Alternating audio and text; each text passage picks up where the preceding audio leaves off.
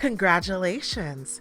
You have been appointed to serve on a Missouri City board or commission. Thank you for volunteering. As a member of a Missouri City Board or Commission, you are expected to prioritize the public interest. This brief overview will provide you with a few key pointers on ethics. This is being provided as a guide. There may be circumstances in which these pointers do not apply, or in which you may need additional assistance. Please do not hesitate to contact the City Attorney's Office for more information. In this overview, we will review the city's ethics regulations, state law ethics provisions, the Texas Open Meetings Act, and the Texas Public Information Act. This overview is not exclusive. You are encouraged to review other resources, including the Texas Attorney General's website and the Texas Ethics Commission website for additional information. This presentation serves every City Council strategic plan goal, but most specifically addresses the goal of developing a high-performing city team. Part 1. City Ethics Requirements, Article 9, Chapter 2 of the Missouri City Code.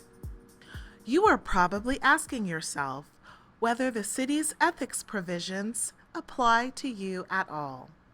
The short answer is yes. The city's ethics ordinance applies to the mayor, each member of the city council, each member of a city board or commission, the city manager, the city attorney, and the city secretary.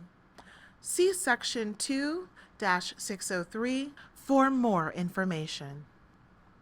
Section 2-604 of the city's ethics ordinance requires officials to abide by certain standards of conduct.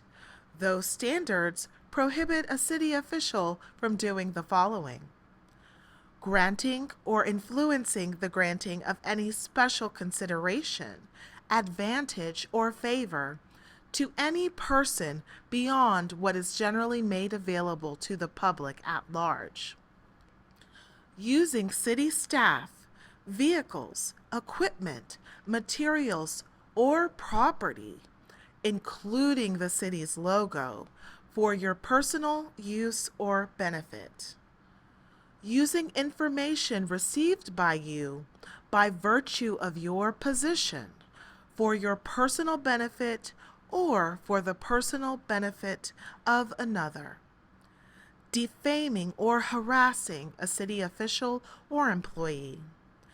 Appearing on behalf of your own financial or personal interest or on behalf of another person or business entity before the city council or a board or commission, and failing to respond to a request for information or documentation by the Ethics Commission.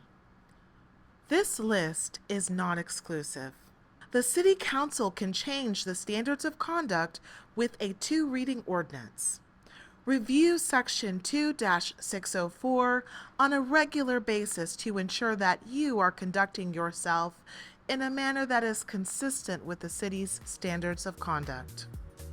Now, let's take a short quiz. You have been asked to write a letter of support for an organizational event coming to town. Can you use Missouri City letterhead for the letter? Generally, the answer is no. You are a board or commission member and you decide to run for elected office. Can you use the announcement or report section at your board meeting to announce your campaign events? No. You go to a Missouri City business for service. Can you use your position for special treatment? No. You are invited to participate in a city parade. Can you ride in a vehicle provided by a city sponsor for the parade? Generally, yes. You disagree with another board member or employee during the course of a meeting. After the meeting, you discuss that person with a business acquaintance of both you and the individual. You call the person a liar and a cheat, which causes the acquaintance not to enter into a contract with the individual. Have you violated the city's ethics rules? Yes. Part 2. State ethics requirements. We will briefly review a few state ethics laws. Bribery. Chapter 36, Texas Penal Code. A person commits an offense if he intentionally or knowingly offers, confers, or agrees to confer on another, or solicits, accepts, or agrees to accept any benefit for a decision, recommendation, or vote, or other exercise of discretion. A violation of the state's bribery law is a felony. If you are looking for a real-life example, look no further than Crystal City, Texas, and the Houston Independent School District. In 2015, the Crystal City, Texas city manager, mayor, and several council members were arrested for accepting and facilitating bribes to help a businessman establish illegal 8-liner gaming rooms in the city. In 2022, a former Houston Independent School District trustee pled guilty in relation to a scheme in which the trustee accepted cash for the award of a contract. The state's bribery law applies to public servants regardless of whether they are elected or appointed. Conflicts, Chapter 171 of the Texas Local Government Code. If a local public official has a substantial interest in a business entity or in real property before a vote or decision on any matter involving the business entity or the real property, the official must file an affidavit stating the nature and extent of the interest and must abstain from further participation in the matter if, in the case of a substantial interest in a business entity, the action on the matter will have a special economic effect on the business entity that is distinguishable from the effect on the public, or, in the case of a substantial interest in real property, it is reasonably foreseeable that an action on the matter will have a special economic effect on the value of the property, distinguishable from its effect on the public.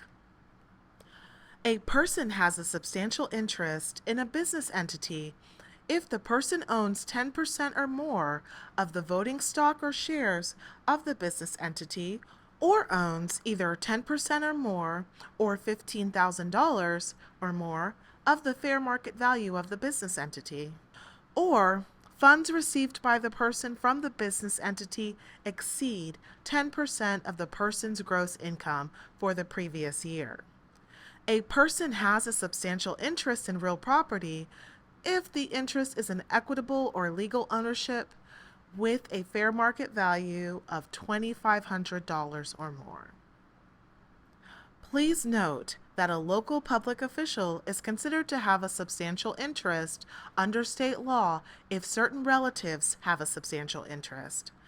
This means that the business relationships of your parents, children, and spouses should be considered when issues come before your board. The required affidavit must be filed with the city secretary's office. Service as a public official. Public officials or officials who make final decisions on various matters may not serve as public officials on multiple boards. If you are appointed to another board, please contact the city secretary's office. Service on the board of private nonprofit corporations. State law prohibits a local public official from serving as a member of the board of directors of private nonprofit corporations if the official receives compensation or other monetary benefits from the nonprofit corporation or other nonprofit entity. Gifts. Chapter 176 of the Texas Local Government Code.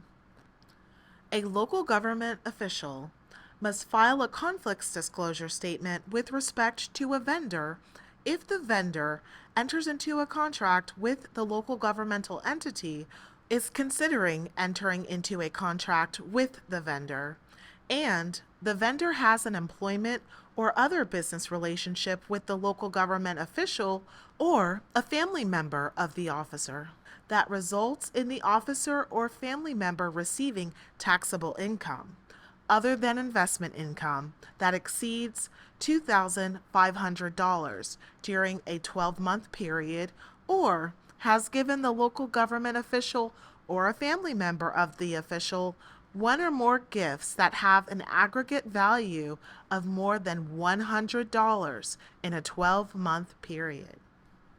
A local government official is required to file the conflicts disclosure statement with the city secretary's office not later than 5 p.m. on the 7th business day after the date on which the officer becomes aware of the facts that require the filing of the statement. Let's take a moment to review a few concepts. You serve on a board that makes recommendations on development projects.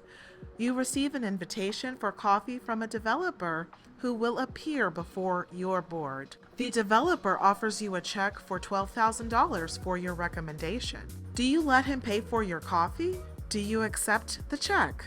Legal recommends no to both. The first offer of coffee may just result in an appearance of an improper relationship between the board member and a regulated developer, but the acceptance of a check for a recommendation is a crime. Your board must make a recommendation on a land use matter that could substantially impact property that you own.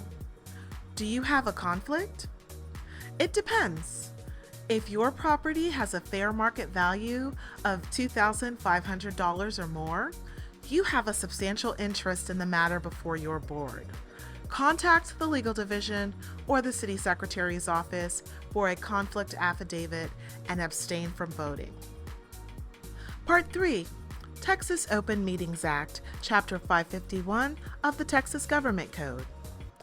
The Texas Government Code requires all public officials who participate in open meetings to have training on open meetings within 90 days of taking the oath of office. The training, which is provided by the Office of the Attorney General, is available online at texasattorneygeneral.gov. Please submit your certificate of completion to your staff representative or the city secretary's office. The key point to remember for the Texas Open Meetings Act is: don't discuss matters that are not on a properly posted agenda. The public generally has a right to participate at most meetings at which elected and appointed officials consider public business. Certain meetings may be held in closed sessions where the board or a commission attends without the public. Such meetings may be held for various purposes, including, but not limited to, receiving legal advice. Here are a few takeaways from the Act. Don't communicate with other people on your board or commission about matters that may or have come before your board or commission unless you are communicating at a properly posted open meeting. To discuss an item at a meeting, the item must be listed on your board or commission's agenda. If an item that you want to talk about is not posted, ask your staff contact to place the item on a future agenda. Remember that a closed session must be announced during the open session. For example, pursuant to Section 551.071 of the Texas Government Code, we will be going into a closed session to receive legal advice. Remember to always maintain the confidentiality of your closed sessions. If an item is posted on the agenda, The public can generally comment on that posted item during your meeting at the time designated by the board or commission. Several city boards and commissions limit public comments to 3 minutes per person. For more information, visit texasattorneygeneral.gov. Part 4. Texas Public Information Act, Chapter 552 of the Texas Government Code. The Texas Government Code also requires all public officials to receive training on public records requests within 90 days of taking the oath of office. The training, which is provided by the Office of the Attorney General, is available online at texasattorneygeneral.gov. Please submit your certificate of completion to your staff contact person or the City Secretary's office. The key point to remember for the Texas Public Information Act is every record you create relating to city business may be turned over to the public. Here are a few takeaways from the Act. Disclose all records related to city business when the City Secretary's office requests the records. Notify the City Secretary's office if a member of the public requests a record from you in writing. Any city record that you create, whether it is on your personal cell phone, email, or laptop, is a record that may be subject to disclosure. Turn all records over to the City Secretary's office when they are requested. For more information, visit texasattorneygeneral.gov. This concludes the ethics training. That wasn't so bad, was it? Thank you for your time and attention. If you have any doubt about an ethics issue, please contact the City Attorney's office. And remember, when in doubt, always try to do the right thing.